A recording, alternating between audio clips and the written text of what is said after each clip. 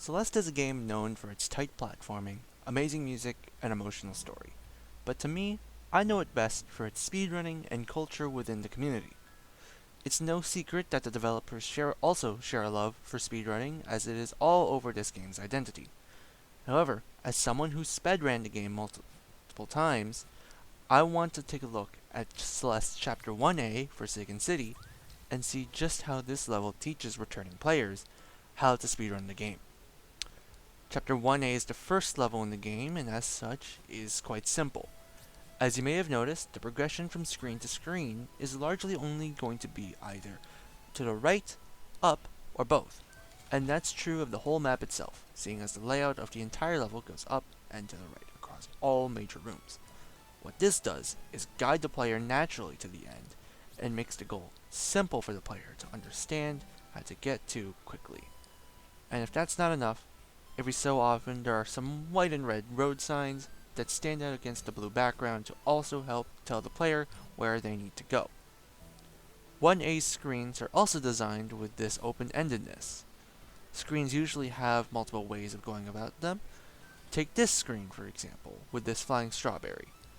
What the game would have you do is to go around the side without dashing to get the strawberry before it can fly off.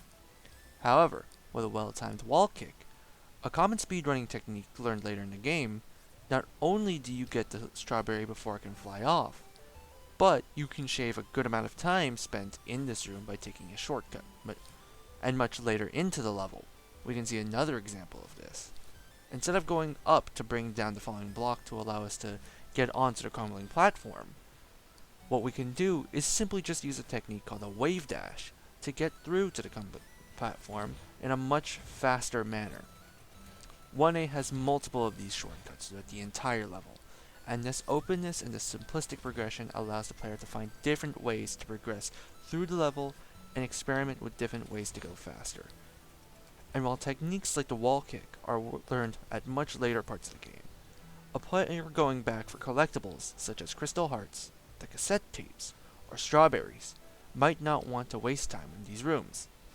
With 1A's simplistic and open-ended level design, rushing through to get to certain sections actually proves to be much easier and helps the player learn the layout of the stage for later runs.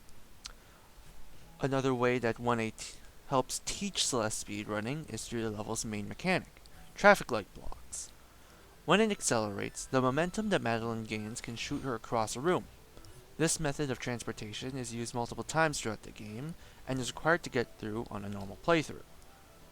This repeated use of momentum allows the player to get familiar with the speed needed to get through, especially seeing as this kind of momentum can be used in later levels, and even 1A, to skip certain sections, whether it be gained through very similar momentum-based mechanics, or by just simply gaining enough momentum through techniques such as wave dashes and wall kicks.